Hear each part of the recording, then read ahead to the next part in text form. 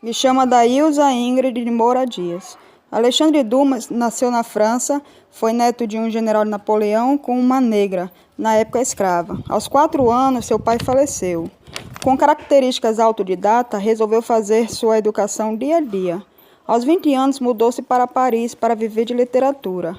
Apesar de ser conhecido hoje como romancista, ele iniciou sua carreira como ator teatral. Naquela época, na França, para que uma pessoa fosse reconhecida, teria que alcançar sucesso no teatro ou poesia. Depois ele entrou no jornalismo, onde começou a escrever algumas crônicas históricas. Alexandre Dumas foi escritor de vários romances e crônicas históricas reconhecidas e traduzidas para vários países, dentre eles O Conde de Monte Cristo. Esse livro inicialmente foi publicado como folhetim de 1844 a 1946. Meu nome é João Marcos da Silva Duarte e passaremos agora a falar da história do livro, que se passa na França nas primeiras décadas do século XIX. O protagonista é o jovem marinheiro Edmond Dantes, que está prestes a assumir o posto de capitão por sua admirável capacidade e planeja casar-se com a jovem Mercedes.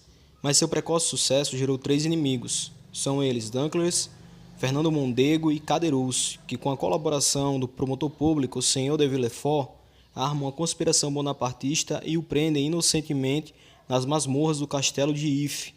Lá Dantes conhece um ancião abade Faria, no qual o ensina todo o seu vasto conhecimento sobre literatura, ciência e idiomas. Além disso, revela a Dantes a localização de um imenso tesouro na ilha de Monte Cristo. Abade morre e Dantes consegue fugir da prisão após 14 anos. Encontra o tesouro perdido e traça um plano bem-sucedido para se vingar dos seus antigos inimigos, retornando à cidade parisiense como o Conde de Monte Cristo. Olá, meu nome é Rafael e a relação que nós podemos fazer com o livro O Conde de Monte Cristo com o período da história moderna que estamos estudando,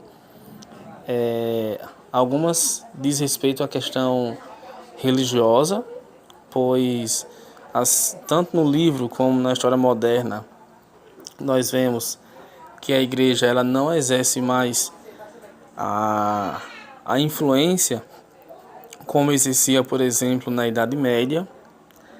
Nós vemos também a questão do sistema predominante, tanto no livro como na história moderna, em relação ao capitalismo.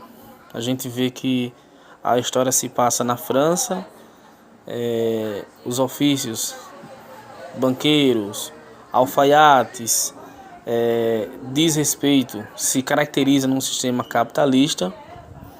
E a gente vê também a questão das navegações. Quando o Conde de Monte Cristo foi lançado ao mar, contrabandistas italianos o resgatou, e nós vemos aí uma relação com a história moderna no sentido das navegações, que começou no século XV e se intensificou nos séculos seguintes.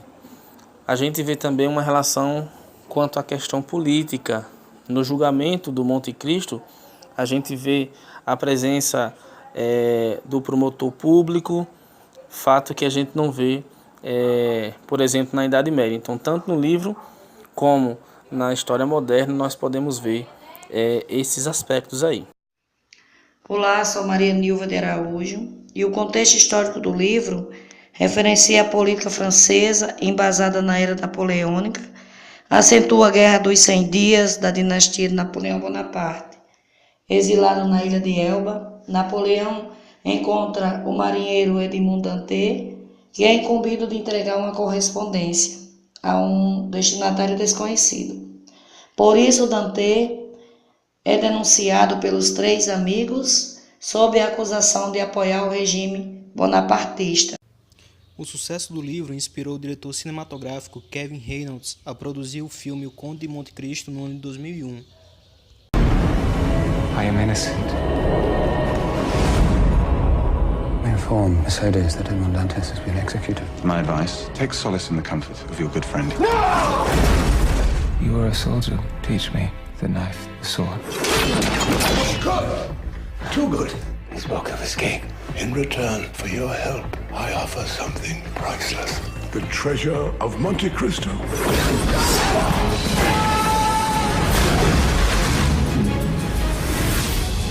Follow the clues. You are wealthier than any man I have ever heard of. What do you want to buy? Revenge. This fall, I will change my identity. I shall become a count. Ladies and gentlemen, the Count of Monte Cristo. Count on revenge.